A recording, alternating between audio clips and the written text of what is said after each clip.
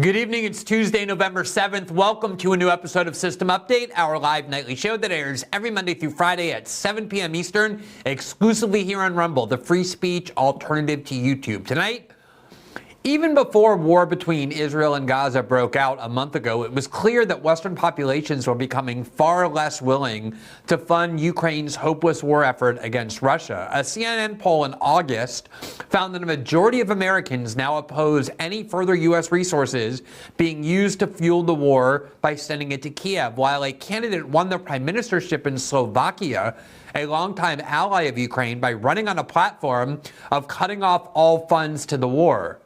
For those who wanted to see it, the writing was on the wall for Zelensky and the Ukrainians that the West was ready to abandon Ukraine in this war. But now the U.S. and the EU have a new shiny war to fund, this one in the Middle East, not in Eastern Europe, with a far more valued and politically potent ally than Zelensky and Kiev could ever hope to be. And everyone other than Zelensky has been strongly signaling, if not outright stating, that it's time to end this war and have Ukraine sue for peace. Multiple American news outlets, long supportive of the war, are now instead routinely publishing articles designed to prepare Americans and Ukrainians that the gravy train is coming to an end. Even President Zelensky, in a speech today, seemed to finally be accepting his fate as he pleaded with Americans to give him credit and loans if America still wasn't willing to hand over more free money. All of this was as predictable as it is tragic. It was obvious when Joe Biden and the establishment wings of both parties in Washington united to make Ukraine's war America's war. It was obvious that this was how it would end. It was always the case that Ukraine would have to negotiate a peace deal with Russia, given that Russia is a much larger and more powerful country. The idea that Ukraine was going to win this war and expel Russia from its soil, let alone from Crimea as well, which they've held since 2014, was always a pipe dream. And Ukraine and Russia could have negotiated a peace deal 18 months ago. And in fact, both of those countries tried. But as many people have confirmed, including former Prime Minister Naftali Bennett and a former German Prime Minister as well, the U.S. intervened early on to block all negotiations. Because the real goal of the United States was never to defend Ukrainians in Ukraine, but rather to sacrifice them at the altar of their real goal, which was to use Ukrainians as pawns to weaken Russia, in large part because so many Democrats remain filled with hatred and rage toward Moscow due to their belief that it was Putin who helped Trump win and Hillary lose in 2016. So here we are almost 2 full years later after the Russian invasion. Russia now occupies and controls roughly 20% of Ukraine. Tens of thousands of young and not so young Ukrainian conscripts have been killed fighting in what was always a feudal war, at least tens of thousands. The U.S. has spent more than $100 billion of American taxpayer money to fuel and prolong this war. Those of us who stood up early and urged the diplomatic resolution were widely branded as Kremlin agents, sometimes put on official blacklists issued by Ukrainian government agencies, including Ukrainian intelligence. And here we have, yet again, a U.S. CIA war that was utterly pointless, that did nothing to benefit the American people, except those who work in the arms industry or the U.S. security state, and that resulted in mass bloodshed and a waste of American resources. I'd like to say that Washington should learn a lesson from this, but the reality is that this was what D.C. and the EU foreign policymakers actually wanted. Nothing more than prolonging this war for as long as possible, only to now have to force Zelensky to beg Russia to be satisfied with keeping 20% of Ukraine in exchange for ending the war. And then we have been documenting since the start of the new war, not the one in Eastern Europe, but the one in the Middle East, how many of the tactics which American conservatives have spent years denouncing, specifically censorship and cancel culture, have been increasingly wielded to silence pro-Palestinian voices and to censor criticisms of Israel here in the United States. I just did an interview yesterday with Tucker Carlson, and we will show you a part of it where we discuss the way in which conservatives, on a dime, seem to have abandoned their professed belief in free speech in opposition to censorship and cancel culture, not all of them, but many of them, as soon as this new war involving Israel emerged. And tonight we'll talk to two Harvard students, Amari Butler and Kojo Achimangpong, who have been the target of widespread vilification campaigns. Widely branded as anti-Semites, have their names put on blacklists, their faces on trucks that drive around campus accusing them of being bigots, and yet who have nonetheless continued to speak out about the war despite those threats, all in support of their views on the Israel-Gaza conflict. We'll speak to them about what those views are and why they seem to be undeterred by these very serious threats led by billionaires to their reputations and to their careers. As a programming note, a few programming notes, we are encouraging our viewers to download the Rumble app, which works both on your smart TV and your phone. And if you do so, you can follow the programs you most like to watch on Rumble, which we certainly hope includes System Update. And if you do so, you can turn on notifications, which we hope you will. And that will mean that the minute we go live on there, broadcasting, or any other program that you follow goes live, you will be notified by email, phone, however you want, so that you don't have to wait around in the very, very rare case that we're a tiny bit late, or that you don't have to try and remember what time we're on or other shows are on. You'll be immediately notified and you can just click on and start watching. That really helps the program in terms of our live audience, and it helps Rumble as a platform too. As another reminder, System Update is also available in podcast form, where you can follow every episode in podcast version on Spotify, Apple, and all other major podcasting platforms. Each episode airs in podcast version 12 hours after it first is broadcast live here on Rumble. And if you follow, rate, and review the program, it really helps spread the visibility of the show. Finally, as a reminder, every Tuesday and Thursday night, so tonight is Tuesday, we move after our live show here on Rumble to Locals, which is part of the Rumble platform, where we have our live interactive after show where we take your questions, respond to your feedback, hear your critiques and suggestions. We played an entire after show last week when I was traveling, so you can get a sense of what it is what that show is, what it's like, and we use that show to engage our viewers' critiques of our Israel-Gaza coverage. That's a big part of what we do there. We have dialogue and conversation with our viewers, which we think is a crucial part of journalistic accountability, and that is for subscribers only to our Locals community. And if you want to become a subscriber, which gives you access to those twice a week after shows, as well as the daily transcripts of each program we produce and original journalism we will publish there, and it just in general supports the independent journalism we're trying to do here. It's very important for that. Simply click the join button right below the video player on the Rumble page, and it will take you to the Locals community. For now, welcome to a new episode of System Update, starting right now.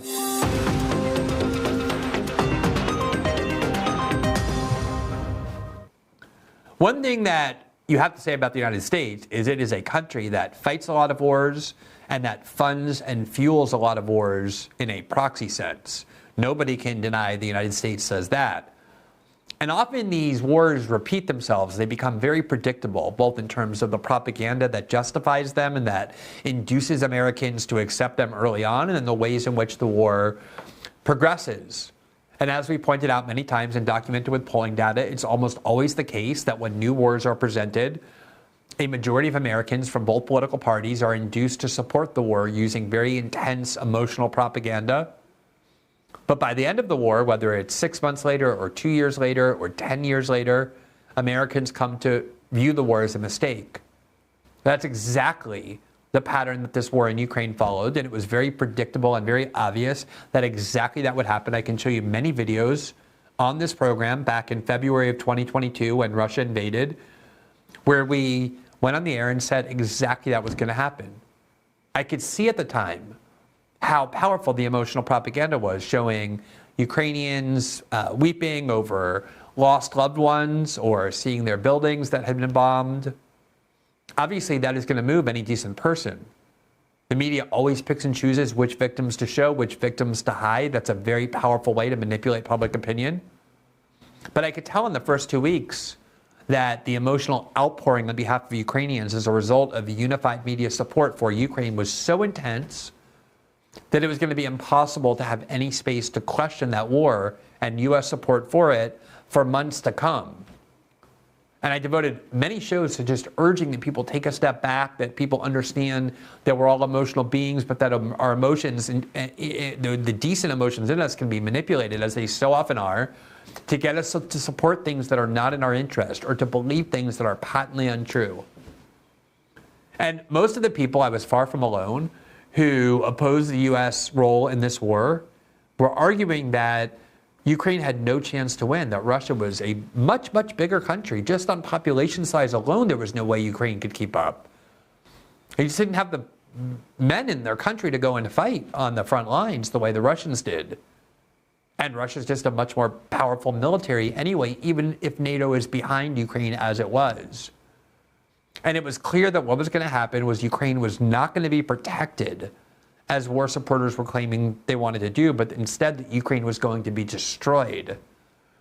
Just like the United States helped destroy Syria in the name of protecting it, helped destroy Libya in the name of liberating it, helped destroy Iraq in the name of freeing it. There's just a whole long list of wars that show you exactly what's going to happen. And if you can just take a step back and breathe and not let yourself be emotionally manipulated by war propaganda, you'll be able to see exactly what you're being induced to do again.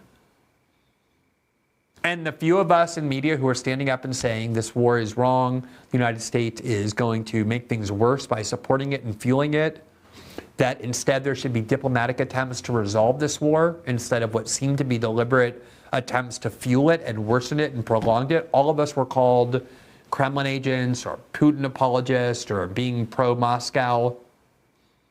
And it wasn't just we were branded that rhetorically, although we were widely. We were often put on official lists by the Ukrainian government. You can go to my Wikipedia page right now, and there's a whole section on there how I was formally accused of being a Russian propagandist by the Ukrainian government, which of course in Wikipedia world, which is a neoliberal propaganda arm, is meant to be incriminating. It's meant to signal to people that I'm some kind of Russian stooge. But I've never said a positive word about the Russian government in my life. I just opposed U.S. involvement in that war because it was predictable what was going to happen. And now here we are, almost 2 years later. The United States has spent $120 billion on this war. President Biden is now seeking another $60 billion. Tens of thousands of Ukrainian lives have been lost. President Zelensky is fighting with a conscript army. There are reports of the Ukrainian police and military dragging 45-year-old men now off buses and trains to send them to the front. People are fleeing that country knowing that they're being used as cannon fodder for a feudal war. And tens of thousands of people, 20-year-olds and 18-year-olds and 30-year-olds, have lost their lives when in the last year the front has barely budged an inch, while Americans were forced to send tens of billions of dollars more and more to fuel this war. And obviously, if I knew that Ukraine was never going to win, the CIA knew that as well. They didn't care about winning. Nobody thought that Ukraine was going to expel Russian forces from eastern Ukraine, or much less from Crimea. We were told that was the only condition in which the war would end once all Russian troops were gone, not only from the Donbass but from Crimea as well. Russia considered that an existential threat. They were never going to let that happen. They would fight until the last person and use nuclear weapons before they let NATO come right up to their border into Crimea and eastern Ukraine. President Obama always said when confronted by neocons about why he didn't do more to confront Russia over Ukraine or Syria, he said, Ukraine is not a vital interest to the United States, but it is and always will be to Russia. That was before Russiagate and before anyone was allowed to speak rationally about the actual threat posed or not posed by Moscow. So you have all this destruction, all this death, all this money wasted. And now you have articles like this one from Time magazine at the very beginning of this month that is essentially Zelensky's own advisors pleading with him in the media to stop being so delusional and come into reality. Reality being that Ukraine has no chance to win. There's the headline, quote, "Nobody believes in our victory like I do. Inside Vladimir Zelensky's struggle to keep Ukraine in the fight." Quote, 20 months into the war, about a fifth of Ukraine's territory, a fifth, 20%, remains under Russian occupation. Tens of thousands of soldiers and civilians have been killed, and Zelensky can feel during his travels that global interest in the war has slackened. So has the level of international support. Quote, "The scariest thing is that part of the world got used to the war in Ukraine," he says. "Exhaustion with the war rolls along like a wave. You see it in the United States and Europe. And we see that as soon as they start to get a little tired, it becomes like a show to them. Quote, "I can't watch this rerun for the 10th time." Public support for aid in Ukraine has been in decline for months in the U.S., and Zelensky's visit did nothing to revive it. Some 41% of Americans want Congress to provide more weapons to Kiev, down from 65% in June, when Ukraine began a major counteroffensive, according to a Reuters survey taken shortly after Zelensky's departure. That offensive has proceeded at an excruciating pace with enormous losses, making it ever more difficult for Zelensky to convince partners that victory is around the corner. And remember, we talked about this a lot on this show, this idea of the counteroffensive. You had David Petraeus and Matt Boot's column saying the counteroffensive was going to be successful. It was going to transform the war, just like supporters of the Iraq War, once Americans got disillusioned with that war, invented the idea of a surge that was going to change everything, and it did nothing. And this counteroffensive has been a gigantic failure. It ended the lives of a huge number of Ukrainian soldiers and Russian soldiers, and it barely moved the front lines. It didn't breach the Russian defensive positions, as was obvious it wouldn't. And now they're out of promises. The West is to a weary Western population. No more counteroffensive to promise. Winter is here.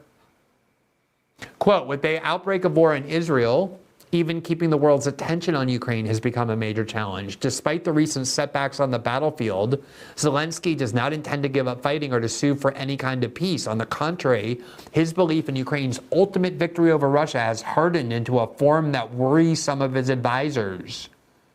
It is immovable, verging on the messianic. Quote, he deludes himself. One of his closest aides tells me in frustration, quote, we're out of options. We're not winning, but try telling him that. Zelensky's stubbornness, some of his aides say, has hurt their team's effort to come up with a new strategy, a new message. As they have debated the future of the war, one issue has remained taboo: the possibility of negotiating a peace deal with the Russians. Judging by recent surveys, most Ukrainians would reject such a move, especially if it entailed the loss of any occupied territory. That's because Zelensky, deceived by the West, has converted himself into a true believer that they can beat Russia, and he convinced Ukrainians that that was the case, and they marched into a war they were always destined to lose. Quote, in some branches of the military, the shortage of personnel has become even more dire than the deficit in arms and ammunition. One of Zelensky's close aides tells me that even if the U.S. and its allies come through with all of the weapons they have pledged, quote, we don't have the men to use them. Now recruitment is way down. As conscription efforts have intensified around the country, stories are spreading on social media of draft officers pulling men off trains and buses and sending them to the front. Those with means sometimes bribe their way out of service, often by paying for a medical exemption. Such episodes of corruption within the recruitment system became so widespread by the end of the summer that on August 11, Zelensky fired the heads of the draft offices in every region of the country. This war is a debacle. And Zelensky's own closest advisors are running to the Western press, to Time magazine, to try and denounce him for being delusional, to try and get through to him. Because everyone sees this except him. Here, the New York Times, November 2nd, Ukraine's top commander says the war has hit a stalemate. Quote, in a candid assessment, General Valery Zelensky said no beautiful breakthrough was imminent and that breaking the deadlock could require advances in technological warfare. This is, again, Zelensky's closest advisors announcing to the world, please help us. Zelensky is like a madman at this point. He refuses to accept reality. He continues to insist that we have to keep fighting this war, even though it's now definite after 2 years, including a very bloody and costly year where nothing happened, that this war is over, that there's no possibility to continue, that the only thing that will happen is more lives lost.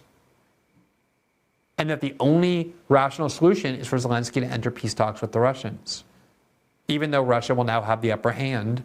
Whereas 2 years ago, when the U.S. blocked negotiations and Ukraine could have had a much better deal, instead, we're now at the point where Zelensky has to hope, and the West has to hope, that the Russians will be satisfied with 20% or 18%, giving up a couple percent as a gesture, if they want, to end the war. Putin doesn't seem at all eager to end the war. The Russian military has gotten much stronger, much more fortified, much better financed. It's the West that needs this war to end, especially now that they have a new war. Finally, Zelensky seems to be accepting the reality because he gave a speech today in which he essentially was begging for more money and accepting the reality that the West seems unlikely to give him more. And so listen to what he said. If you can't give us some financial support, okay, please give us a credit and we will give you back money. Oh, it's okay. You can't give us any more money. Give us a loan. We'll pay you back. This is the most corrupt country in Europe. There's been immense graft and theft of this money in Ukraine. The U.S. Congress repeatedly rejected efforts by people like Ron Paul just to have an inspector general track and manage the money. Why do you think that is? Think how angry the American people would know if this money wasn't really going to, the war effort was going to Swiss bank accounts and other coffers of corrupt Ukrainian officials. And now here you have a Zelensky like a used car salesman in his sweater saying, give us a loan, we'll pay you back, just give us some more. Here from NBC News is the article that I think is probably the most devastating for the Ukrainian war effort. It's on November 3rd. You see how they came one after the next? The Time article was November 1st. The New York Times article, November 2nd. Here's NBC News, November 3rd. European officials broached the topic of peace negotiations with Ukraine, sources say. The conversations have included very broad outlines of what Ukraine might need to give up. The conversations have included very broad outlines of what Ukraine might need to give up to reach a deal with Russia. Now remember, if you suggested a year and a half ago, a year ago, 6 months ago, that Ukraine should give up part of its territory to end this bloody war because they would end up having to do it anyway, you were called every name in the book. An appeaser, Neville Chamberlain, a Kremlin agent, all of that. And now, here's Western intelligence agencies and Western governments telling Zelensky he needs to do exactly that. Why wouldn't they have done this back in February 2022 before all these people died and all this money was spent? The reason is they wanted this war to be prolonged. They wanted Ukraine to be destroyed. Think how much money JP Morgan and BlackRock, these vultures, are going to make in the rebuilding of Ukraine. Obviously, the West is going to pay for that. And think how much the Americans believe they weaken Russia. That's what they kept saying. Bill Kristol had that ad saying, oh, this is a great war. No Americans are dying. Only Ukrainians are dying. We're just paying the money and we're weakening our enemy, Russia. Never any explanation about why Russia is our enemy, other than the fact that they helped in their minds, in the minds of Bill Kristol and his fellow Democrats, Hillary lose and Trump win. But other than that, why do we need to weaken the Russian military? And why do we need to send tens of thousands of Ukrainians to their deaths to do it? But now you have these exact peace talks that those of us who have been saying this for 18 months knew were going to come anyway. And we wanted it to happen before all these people lost their lives and all this money was spent and Ukraine was destroyed, not after.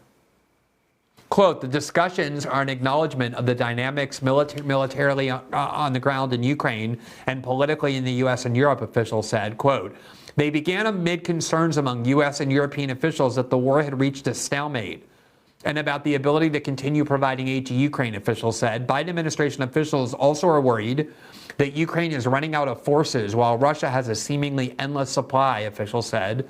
Ukraine is also struggling with recruiting and has recently seen public protest about some of Zelensky's open-ended conscription requirements. People in Ukraine are starting to get angry that they're forced into these front lines with no end in sight. Quote, and there is unease in the U.S. government with how much less public attention the war in Ukraine has garnered since the Israel-Hamas war began nearly a month ago, the official said. Officials fear that ship could make securing additional aid for Kiev more difficult. Some U.S. military officials have privately begun using the term stalemate to describe the current battle in Ukraine, with some saying it may come down to which side can maintain a military force the longest.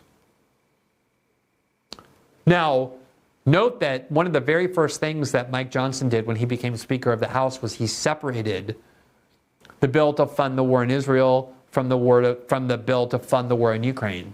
The White House wants these to be joined Because any bill that involves funding for Israel is a bill that most Democrats and Republicans are going to vote for no matter what.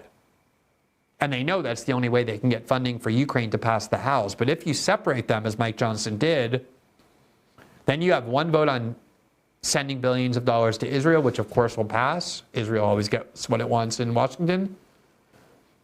And then you have a separate bill for the $60 billion for Ukraine. And that's much more difficult. And that's why Chuck Schumer and Mitch McConnell, along with Lindsey Graham and many, many others in the Senate, are working to rejoin these bills, knowing that that's the only chance they have to get this funding for Ukraine, this additional $60 billion, by forcing people to vote for it because it's attached to the spending bill for Israel.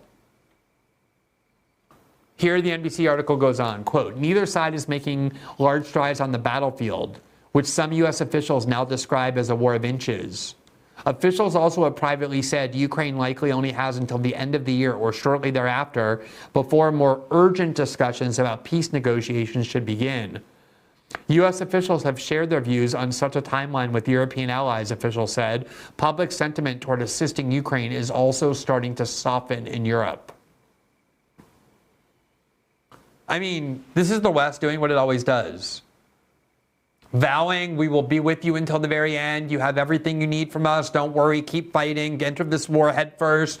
You're going to win. We're going to give you everything you need. And then when the U.S. gets tired of the war, when the U.S. doesn't feel like spending money anymore, when public opinion turns against it, when the U.S. has a new shiny war to go fight, as they do now in the Middle East, then, sorry, time's up.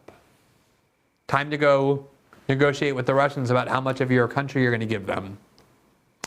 The White House press secretary, Karine Jean-Pierre, has been saying over and over and over and over for 18 months now, the Ukrainians have whatever they need for as long as they need it. Listen to what she's saying now. Today's announcements exhaust the remaining USAI funds currently available to support Ukraine, and while we do have remaining PDA authorities to continue to fulfill Ukraine's immediate battlefield needs, we are beginning to provide Ukraine with smaller PDA packages in order to stretch out our ability to support Ukraine for as long as possible. The people of Ukraine... Do you notice that rhetorical shift? We're now squeezing these authorizations to give to them in order to stretch them out as long as possible, and we will continue to provide them for support, not for as long as they need. Now it's switched to for as long as possible, because they all know the gravy train is coming to an end.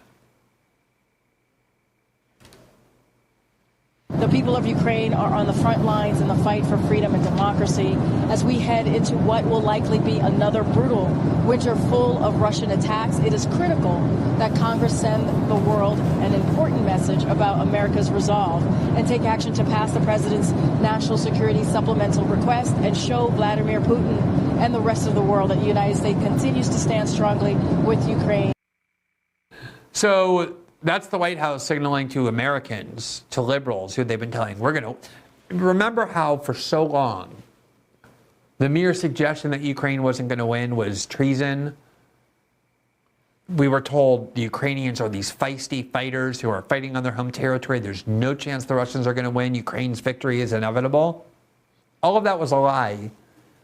Again, if I knew and if others knew the immense military advantages the Russians had that were insurmountable, then obviously the CIA and Western intelligence agencies knew that too. They didn't care if Ukraine won.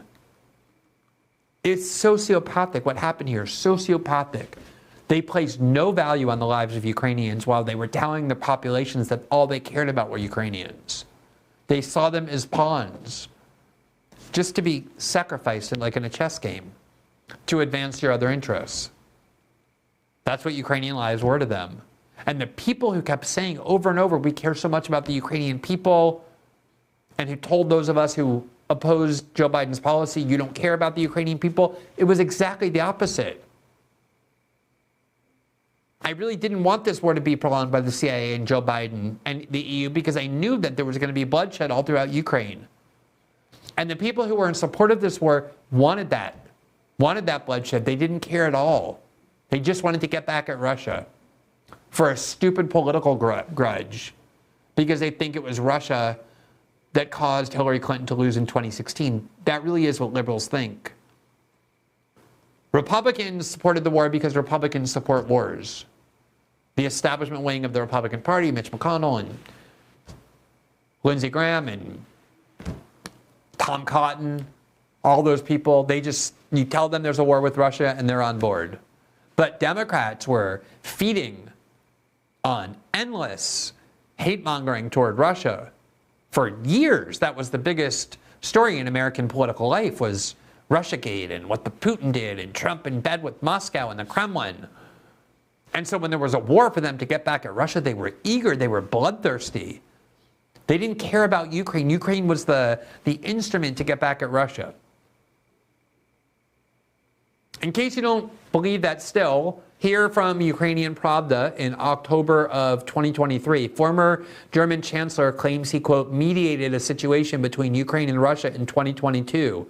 Gerhard Schroeder, former German Social Democrat chancellor, known for his friendship with Russian President Vladimir Putin, has claimed that the U.S. supposedly disrupted peace talks between Ukraine and Russia at the beginning of the full-scale invasion, and that Kiev invited him to mediate. The former chancellor also mentioned the 5 points of what was supposedly a peace plan being discussed at the time: Ukraine's rejection of NATO membership, 2 official languages in Ukraine, Donbass autonomy, security guarantees for Ukraine, and negotiation on the status of Crimea. Quote, the only people who could resolve the war over Ukraine are the Americans. During the peace talks in March 2022 in Istanbul, with the incumbent Russian defense minister, Ukrainians did not agree to peace because they were not allowed to. They had to coordinate everything talked about first with the Americans first, Schroeder said. And it wasn't just that former German chancellor, but also the former Israeli Prime Minister, Naftali Bennett, who said that he too was trying to negotiate a peace deal between Moscow and Kiev because the Israelis did not want this war. They didn't want to side with Russia. They didn't want to side with Ukraine. They need good relations with Russia because they operate a lot in Syria. There are a lot of Russian Jews who support Israel. They didn't want to be involved in this war. They wanted it to be resolved diplomatically. And Naftali Bennett said exactly the same thing as the former German chancellor said. Here from Jacobin in February of 2023, and this was widely reported, the grinding war in Ukraine could have ended a long time ago. Let's put that up on the screen. There it is. You see the grinding war in Ukraine could have ended a long time ago. Quote, an early peace deal could have ended the bloody war in Ukraine. But NATO opposition and revelations about the Russian massacre of civilians at Bucha, along with U.S. media that all but ignored potential routes to peace, dashed those hopes. This past weekend saw the publication of a bombshell interview with former Israeli Prime Minister Naftali Bennett, who over the course of a nearly 5-hour interview dropped an unusual amount of detail about his efforts to mediate peace talks between Russia and Ukraine early in the war last year. The headline-grabbing news is Bennett's claim that negotiations that were yielding fruit and that could have ended the now nearly year-long war after a little more than a month were ultimately blocked by the NATO governments underwriting Ukraine's war effort. According to Bennett, as early as the second Saturday of the war, on little less than a week and a half into the war, both Ukrainian President Zelensky and Russian President Putin made major concessions. Putin by giving up on the goal of demilitarization of Ukraine and its denazification, meaning, as Bennett interpreted it, regime change, and Zelensky by giving up pursuing NATO membership, calling both leaders, quote, pragmatic. Bennett said that over the course of negotiations, he, quote, was under the impression that both sides very much wanted a ceasefire and gave the odds of any deal holding it 50-50. Only over a, quote, marathon of drafts, he claims, 17 drafts were prepared. But, quote, they blocked it. And I thought they were wrong, Bennett said, referring to Western powers backing Ukraine. Quote, I have one claim, Bennett told the interviewer. I claim there was a good chance of reaching a ceasefire. When the interviewer asked if he means had they not curbed it, he replies with a nod. Bennett's claims here would be less compelling if they didn't corroborate what has already emerged publicly in dribs and drabs. Back in May last year, Ukrainian Pravda, a broadly Western-aligned Ukrainian paper, reported based on several sources close to Zelensky that in April, then UK Prime Minister Boris Johnson appeared in Kiev almost without warning and told Zelensky the West would not recognize any peace deal he signed with Putin. because the Russian leader's faltering invasion had shown that he was weaker than they had thought. Zelensky should, quote, press him instead, meaning fight on and end the war through military victory. Do you see what happened here? There was this horrific war that killed a huge number of people on both sides, that could have been averted, that was on the path to being averted. Except the US and the UK intervened and told Zelensky, you're not signing any peace deal. We're the ones who you're dependent upon, and we're telling you you're not signing a peace deal. We will instead give you everything you need to get to victory and expel the Russians from your soil. Because Boris Johnson and Joe Biden thought that that would weaken Russia. They didn't care about Ukraine at all. And there's multiple sources that say this, including the former German Chancellor and former Israeli Prime Minister. Now, again, those of us who stood up and said that did so to our reputational detriment. Here from the British magazine Unheard in July of 2022, there the headline is, Ukrainian government issues a blacklist of, quote, Russian propagandists. The list includes a number of prominent Western intellectuals. Quote, the Center for Countering Disinformation, established in 2021 under President Zelensky, sits within the National Security and Defense Council of Ukraine. Its stated aim is to detect and counter, quote, propaganda and destructive disinformation, and to prevent, quote, the manipulation of public opinion. On July 14th, it published on its website a list of politicians, academic activists that are, quote, promoting Russian propaganda, including several high-profile Western intellectuals and politicians. Republican Senator Rand Paul, former Democratic Congresswoman Tulsi Gabbard, military and geopolitical analyst Edward Lutic, realist political scientist John Mearsheimer, and heterodox journalist Glenn Greenwald were all included on the list. The list does not explain what the consequences are for anyone mentioned. The exact criteria for inclusion are also unclear, although next to each name, the report lists the, quote, pro-Russian opinions the individuals promote. For example, Edward Lutic's breach was to suggest that, quote, referendums should be held in the Donetsk and Luhansk regions. Mearsheimer's breach has recorded him as saying that NATO has been in Ukraine since 2014 and that NATO provoked Putin. And there were other lists as well from Ukrainian intelligence. There are reports of Ukrainian intelligence sending lists of people and posts to the FBI that they wanted censored from the internet. There was a massive campaign to destroy the reputations of anyone who stood up and opposed that war and who urged diplomatic resolution instead. And that's why so few people did it. And yet this is pure vindication. I don't feel good about it. I feel sickened by it. How many times is the United States going to continue to fuel and fund wars that kill huge numbers of people and that benefit nobody in the United States other than arms dealers and people who work in the U.S. security state?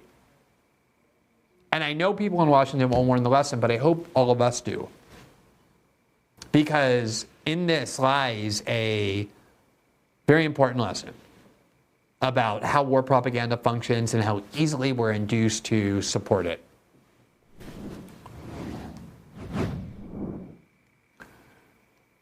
Earlier today, I was interviewed by Tucker Carlson. Actually, yesterday, I taped the interview. He published it today on his Twitter show. And I want to know if we have that clip, which I'd like to show before we speak to our guest tonight. We do. I want to show you just a short clip of my discussion with Tucker Carlson because it pertains to the interview that I'm about to conduct with two, I think, very courageous Harvard students who have been put under severe attacks for exercising their free speech rights and speaking out on the Israeli-Palestinian conflict and the horrific war taking place in Gaza. Because the context for it is that there's a huge number of people on the American right who have spent years denouncing censorship and cancel culture campaigns aimed at silencing people who express dissent, and yet many of them, not all, but many, have turned around and started invoking the exact tactics they have spent years denouncing, getting student groups banned from colleges because of their pro-Palestinian views, cheering France and Germany that have banned pro-Palestinian protests, having the Florida governor Ron DeSantis ban a pro-Palestinian group from campus because of their views that he misconstrues as material support for terrorism. There has been this incredibly repressive climate that has emerged since this war broke out a month ago, that has eroded the free speech rights and dissent rights of American citizens, even though this war is thousands of miles away, involving a foreign country on the other side of the world. Obviously, Tucker Carlson is an influential conservative who has often led these denunciation campaigns against censorship and cancel culture. And he and I spoke yesterday, and he broadcast or posted the interview he and I had about that issue. And here's what he said and then what I said as the perfect framework for the interview we're about to show you.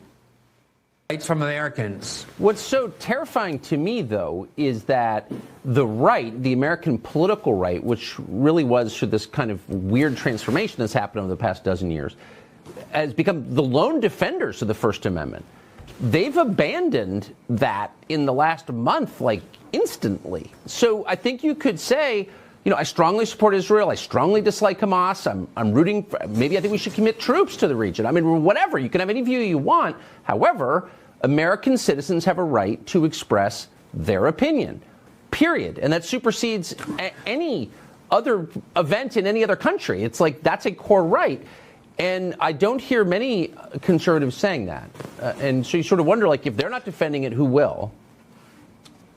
I mean, there are people who have built their careers, Tucker, over the last 5-6 years, standing up and saying, we can't have cancel culture. We can't have censorship. College students aren't entitled to feelings of safety. We don't censor in order to protect people from views they find threatening, mocking the notion that minority groups are vulnerable and we have to censor in order to protect them. Turn on a dime and now become the leading voices saying, because American Jews feel unsafe, that's valid in a way that, say, claims from black people or LGBTs or Latinos aren't valid. And because of that, we need to censor. Fortunately, there have been some conservatives, influential ones, who have been quite consistent. Candace Owens, for example, had a very public argument with Megyn Kelly in which she was saying, we're not the left. We don't get people fired for their political views. We don't believe in using the law to silence people. There have been Vivek Ramaswamy on your show. He just wrote an article in the Wall Street Journal saying we're not going to defeat Hamas through censorship or cancel culture in the United States. And I think the biggest example and the most important one, which is fire.org, that became very popular among conservatives in the United States because they were defending the rights of free speech on campuses for conservative students at a time when the ACLU wouldn't, stood up and vehemently denounced Ron DeSantis for a grave direct attack on the First Amendment when he tried to ban a pro-Palestinian group on campus on the grounds that they're providing material support for Hamas, even though he doesn't claim they did anything other than express their views. And I think this is the point. You are allowed to stand up in the United States and say, I think the United States should bomb Iran into oblivion. I think we should turn Gaza into a parking lot. Lindsey Graham stands up every day and calls for violence of that kind, and he's protected by the First Amendment from doing so. You also, though, as an American, are allowed to stand up and say, I think Israel is at fault in this conflict because of the occupation and the blockade. I think that people in Palestine have a right to fight back. I think that violence is justified because Israel has become oppressive. You can think all those views are repulsive, but leave the question of what you think of those views to the side. No question, Americans have a right to express them, and there has been a concerted effort on the part of many conservatives, including many who have led the way in mocking claims of victimhood and victimhood narratives by minority groups and the idea that people need to feel safe. They are now the ones turning around and saying, no, because of how dangerous this speech is, we need to ban it. We need to ban these protests. We need to ban student groups. We need to put people on no hire lists. The exact kind of tactics they spent 5 or 6 years up until a month ago aggressively denouncing, and it's very dispiriting, even though it's not surprising, to the minute that they have views that they find offensive for them to watch them and turn around and use all the same theories to say those views cannot be expressed. That is incredibly dangerous because in the future, when conservatives want to complain about the censorship regime that has been implemented, who will possibly take them seriously after we just watched them, the minute there was an issue of great importance to them, which is Israel, turn around and call for censorship? Obviously, it's not a principle if the only time you defend free speech is when it comes to views you agree with. Anybody can do that. That's easy to do. That's worthless. The only real test of whether you believe in free speech is whether you defend the right to express the views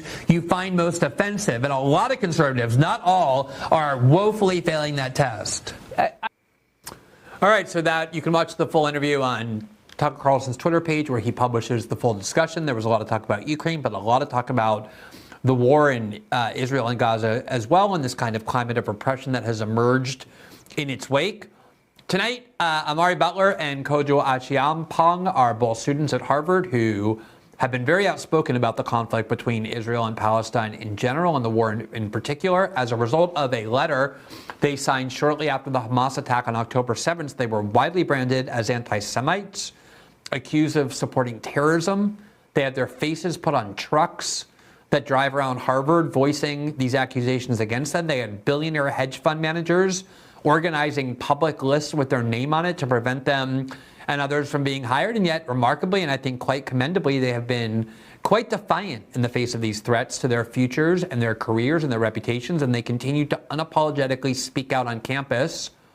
And now tonight on this show, obviously there are going to be some of you who disagree with their views, probably strongly, but their story is one that I think merits a lot of attention, so I'm thrilled to welcome both of them to the show tonight. Thank you guys for taking the time to talk to me. I'm really happy to have you. Thanks so much for having us. We're excited to be here. Absolutely, and I apologize, Kojo, if I butchered your name, your last name. I practiced it. I thought I had it, but I hopefully I got it at least well enough. Let me start by asking, before we get into your specific views, talk a little bit about what has happened to you as a result of expressing those views since October 7th, the kind of attacks on you, the sort of threats to your career, to your future. Mari, why don't we start with you and go ahead and just talk about some of the things that have been done. Yeah, so as you know and as you said, we signed on to, Kojo and I, well, it was actually organizations that signed on to a letter written by Harvard PSC, the Palestine Solidarity Committee. And shortly after, I think about 2 days later, the first thing that I saw was that our names were in like a random tweet, and then it was linked a random article on some website calling us like supporters of terrorism on Harvard's campus or something. But initially it was just like 1 or 2 tweets that I saw retweeting this one article link. And then very quickly after, it kind of just started spiraling where we saw many more tweets, just people retweeting the same thing. And then soon after, Bill Ackman, hedge fund CEO, tweeted that he wanted us and all the other people involved in signing the letter blacklisted from his company and other companies. And he said he was like kind of talking with other CEOs that also wanted us blacklisted. And then very quickly escalated when a truck that had like LED screens and our names and faces on it kind of started parading around campus, calling us Harvard's leading anti-Semites. My face was on it and my full name. Kojo's face was on it, and then like just a bunch of other people that largely, I mean, like organizations signed on to it, not even individuals themselves. So people that in any way used to be affiliated with the org. I mean, there were people that were doxxed that graduated years ago that weren't even on campus when this happened. But anyone that was affiliated with any of these orgs in any capacity at any point in time, many were doxxed. Their names, name, family information, even in some cases, were put publicly. And I mean, it was just really shameful. I mean, these attacks largely, to me and to all of us, we recognize to be racist, because when you look at the vast majority of the people that are being doxxed and harassed, I mean, like almost all the people on the truck were either Black, Muslim, Arab students, Palestinian. And I mean, it's just disproportionately that we are targeted for this. And it's really shameful. But we recognize these to be kind of attacks out of desperation, that they just have gotten so desperate that they know that our views at this point are so popular. I mean, we've seen millions of people worldwide, 300,000 in DC just this weekend alone, in support and defending our views and defending our right to free speech. And out of desperation, they've had to kind of resort to these gross scare and intimidation tactics. And that's kind of what we see that as. Kojo, here, let me put the tweet by Bill Ackman on the screen that we've been discussing. He posted several of them, actually. This one was from October 10th, where he said, I've been asked by a number of CEOs, and Bill Ackman, by the way, is a billionaire hedge fund manager. He obviously has a lot of very rich and influential friends. He said, I've been asked by a number of CEOs if Harvard would release a list of the names or members of each of the Harvard organizations that have issued the letter assigning sole responsibility for Hamas's heinous attacks to Israel so as to ensure that none of us inadvertently hire any of their members. If, in fact, their members support the letter they have released, the names of the signatories should be made public so their views are publicly known. And then later on, he actually did get a list and published the list of all the names of people who either had some affiliation with these organizations, whether or not they even signed the list, whether or not they supported it, to basically dirty their reputation and prevent them from being hired. Let me ask you, obviously, if you are students at Harvard, there's a presumption that you care about your futures, you care about your careers. Did you find this sort of thing threatening? And why is it that since these attacks were launched, you've continued to speak out in defense of your views about this conflict? Yeah, I mean, like, it's a situation where, yes, the attacks were, for us, and saying that, he's going to get his CEO friends and influential people to kind of us and, put us on these blacklists, like, as you try to keep us is a scary thing to face but we're not going to be quiet and stand attacks like this happen, because we understand that we're in a liberation effort, and that's what's at stake. And so all these stuff, yeah, it may have very real consequences, but we're not worried. I mean, I'm not worried about it. Neither is Amari. Neither are the organizers that we've been doing all this with, because we understand that this is a just struggle. People get demeaned when you fight for people's rights. We see this all across history, and this is just another sort of instance of that. What they want us to do is capitulate. They want us to be scared. They want us to be quiet. They want us to stop holding protests, organizing protests, going to protests, speaking at protests, and we're not going to give it to them, even when it means that if they're going to attack our careers. But at the same time, we have the people are behind us. Like Amari said, 300,000 people in Washington D.C. A crazy number of people. We see internationally people coming out from the UK to South Africa to Brazil. All these places, a lot of people are coming out. So the people of the world are behind us. And in terms of career, yeah, I guess we're at Harvard. And there's a lot of people who have, careerism instincts, I would call it. But it's not personally something that worries me. Because again, this is what I pour all my energy into. This is what we pour all our energy and effort into. And so something like that is never going to be a reason for me to stop speaking out against injustice. So, let me just ask you about something you said just now. You said the reason you're continuing is because you believe your cause is just.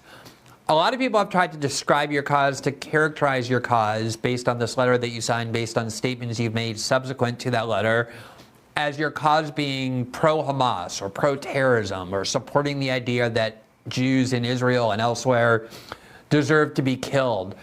Is that a fair characterization of how you see the cause you're supporting? And if not, what is the cause that you're supporting? How would you describe it? Well, we have to understand that this history goes back to 75 years ago. This is an occupation of a people. And this is the oppression of a people.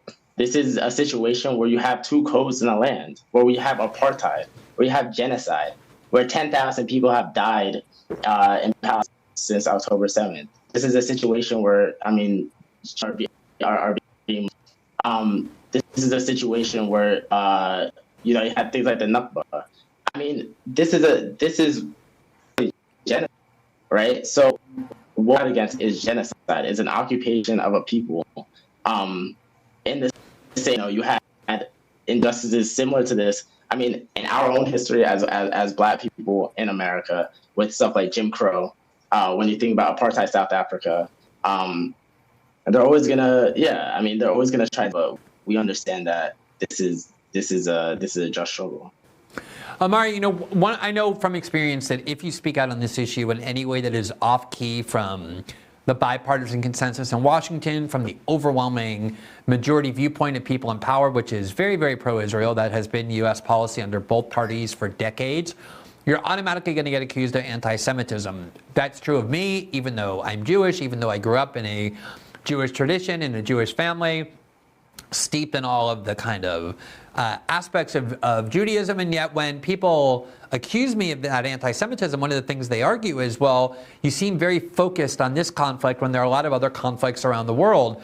And my argument for why that is because it's my government that funds Israel, that enables Israel to maintain the occupation, to maintain the blockade of Gaza with huge amounts of money, but also it's done in many ways in my name as someone who is Jewish, and that's the reason for my focus on this conflict. Given how many conflicts and how much injustice there is all over the globe, how many wars there are even now in places like Asia and Africa, how much injustice there is still in the United States, what is your answer for why this cause has become so important to you? Right. It's a great question. And I think for me, it's not that any one struggle or any one liberation effort in the world is more important than any other, or there's more attention than any other. But we understand that the Palestinian struggle is intimately and inextricably linked to every other struggle for justice all over the world.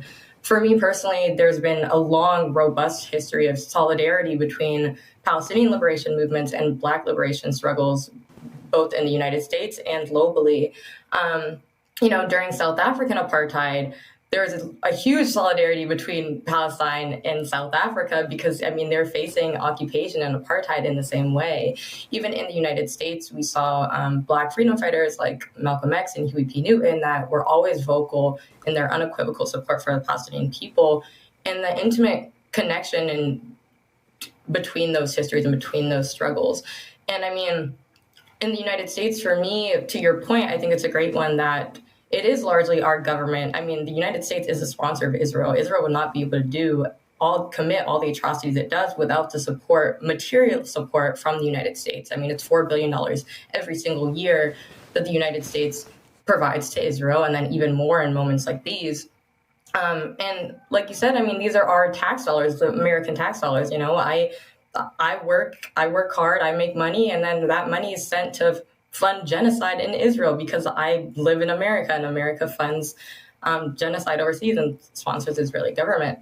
So I think everyone in America should care about this issue, especially considering the fact that for many Americans, the quality of life in this country is going down. The housing crisis is only getting worse. Food insecurity, education, student loans, homelessness, all of these issues are skyrocketing in America. And meanwhile, we're told by our government that there's just not enough money to tend to these issues. However, as soon as it's time for Israel and Israel needs more money to commit genocide and apartheid overseas, there's plenty of money in the budget. And both parties agree to, it's a nonpartisan, it's both parties that are agreeing to fund genocide overseas, right? So for me, it's the fact that my government, the country in which I live, is using our tax dollars to fund this, and thus it's our responsibility to apply that pressure to get them to stop doing that. But also it's just an understanding that the Palestinian struggle is every single other liberation struggle in the world, and that none of us can truly be free until Palestine is free. I think, let me just follow up a little bit in a question similar to the one that I asked Kojo, is I think one of the reasons why there was such a strong reaction to that original statement that was issued was because people were watching these videos, many of which Hamas produced and published, of, obvious atrocities, horrific scenes of Israeli civilians being murdered, of having their children abducted in front of them, of things that were done at the music festival that at least resulted in the deaths of lots of innocent people. And people were horrified at what Hamas did. Even people who believe Israel is largely at fault in the conflict felt like what Hamas did in targeting innocent civilians in Israel was unjustifiable, regardless of the context. And the letter that was issued that you each participated in said the following: "We, the undersigned student organizations, hold the Israeli regime entirely responsible for all unfolding violence. The apartheid regime is the only one to blame. Israeli violence has structured every aspect of Palestinian existence for 75 years." Does that, I think a lot of people read that and said they seem to have either no empathy for the lives of innocent Israelis that were extinguished on that day, or even seemed to be kind of justifying what Hamas did in Israel. Are either of those things a fair reaction to the letter that you issued?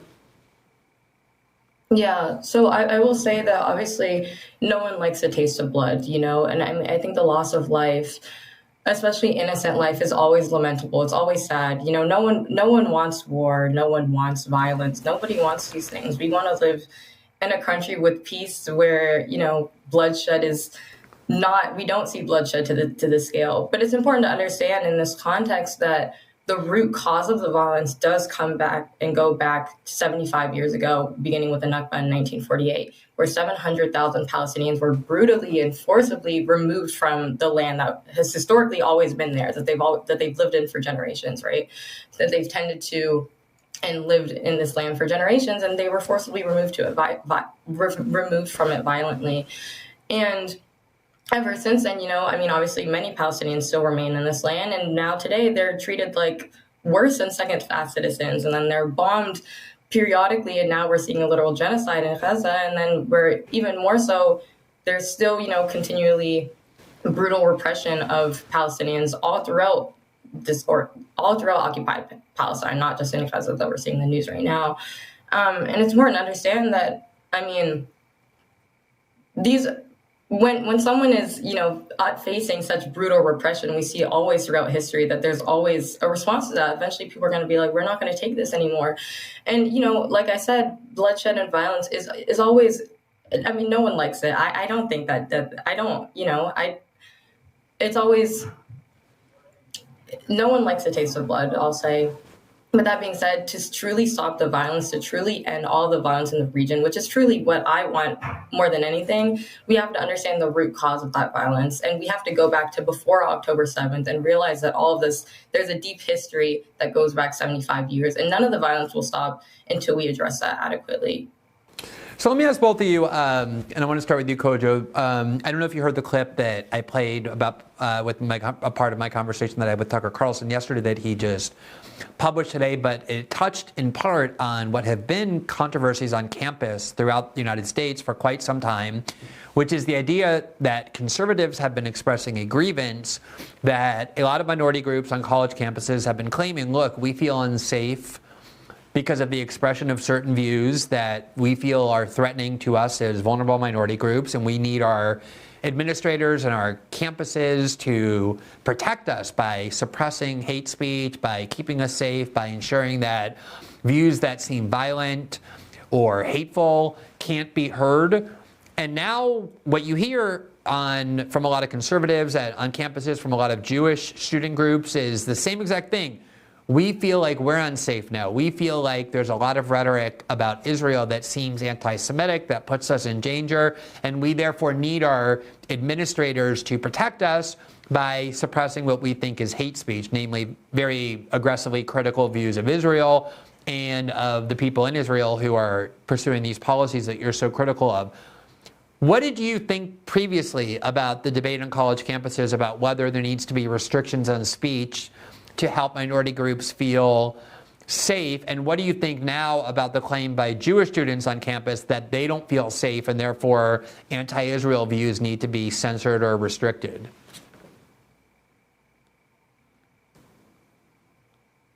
Well, I think, first of all, I think we have to understand a lot of Jewish people would take offense.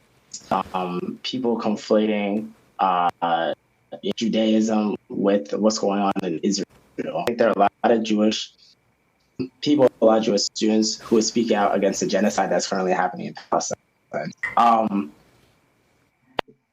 In terms of campus, I mean, dealing with this issue, the way that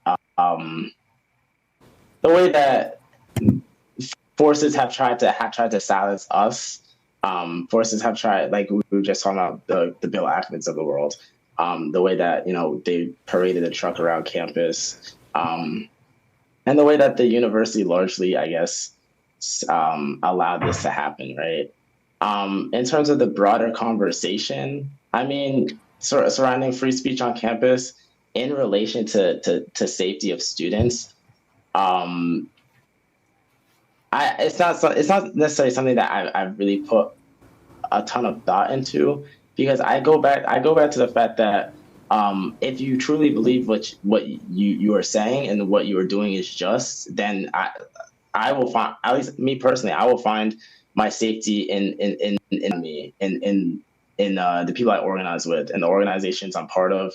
I'll find my security with that, and not necessarily go to the university for me personally, because again, if I believe in what I'm saying, and so and I know that the people have my back, both here and international. I'm not necessarily afraid. But no, yeah, I think that the conflation between Judaism and pro-Israel stance is one that is dangerous, because it's not that way. It shouldn't be that way. So again, there are so many Jewish people who speak against genocide. To conflate those two absurd. So I want to ask the same question to Omari, but before I do, let me just ask you, Kojo, in terms of the reaction on campus and from the administration, you said that there's been no attempt on the part of the administration to really protect you from these attacks. Has there been any pressure from administrators or deans or whomever for you to apologize or retract your statement or walk it back? And then how have other students, including Jewish students who are very critical of Israel, who are also pro-Palestinian, who are protesting Israel as well, how have other students reacted to the position that you've taken? Have you gotten a lot of support? Have you gotten any hostility from other students as well? So to answer the question, the university hasn't necessarily, officer asked us to walk on our statements. This is perhaps a story I know on a different campus in Boston, or I think it was Brandeis, the university that canceled their SJP and repressed Yeah, it was Brandeis yesterday. Exactly. They just deorganized. They banned it. They deorganized it. They forced them to cancel a vigil for Palestinian victims. Yeah. So I mean, yes, you are seeing it on other campuses. I can't necessarily speak to that. I haven't necessarily gotten that out. But what was the second? Yeah, I just wanted to get it, like, how have other students responded to these attacks on you? Have people been supportive, including Jewish students who are critical of Israel? Have you had any hostility from other students at Harvard because of the views you've taken? What has been the reaction on campus to all of this? Yeah, I think like the main thing that I noticed personally was that there were people who were pro-Palestinian who were kind of to speak out, to use their voice and call out genocide. But as we organized, as we helped protest, we stood up. We've seen those students come out to protest and come out proud to support Palestine. And let's walk the street, walking down Mass Ave. I've got people give me fist bumps. I got a pat on the back. I said, "Oh, you're the kid from the news." People gotten a large amount of support from people just on the streets. I've gotten a large amount of students. So I would say that was the biggest difference. People who might have been afraid to support Palestine and not publicly are now coming out and being like, "Yeah, we support Palestine." Mario, let me ask you that question and just kind of ask it from a different direction, which is, I know as somebody who has been denouncing these kind of cancellation efforts, these efforts to create blacklists, to make pro-Palestinian students unhirable, to ban pro-Palestinian groups, one of the things I've heard is, well, look, this is something that a lot of people on the left on campuses have been doing to conservative students. They've been banning student groups who have conservative views or right-wing views on the grounds that it's hate speech, on the grounds that it endangers people, and so they're just now getting a taste of their own medicine. How have you seen the broader debate about these kinds of cancellation or free speech issues on campus and how that relates to what is being done to you?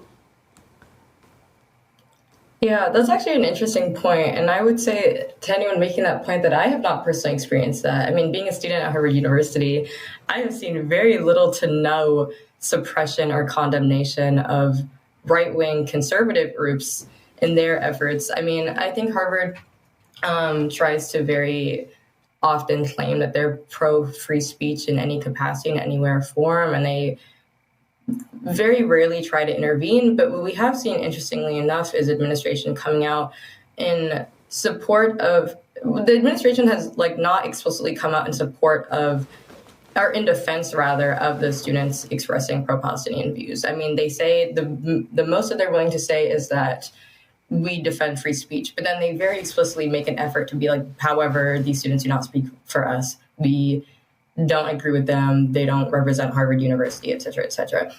Whereas they've, in the past and now, provide many other groups support personally by going to their private spaces, and university administration will speak to them and express remorse and offer protection and all of these things. So I mean, I personally would say that it's not necessarily getting a taste of our own medicine, because I haven't seen this being applied equally in both senses. I think that what we're seeing now is very deliberate against us for having pro-Palestine views, because it really is a threat to a lot of these institutions for us to be so proudly and loudly in support of Palestine, in support of Palestine and Palestinian liberation.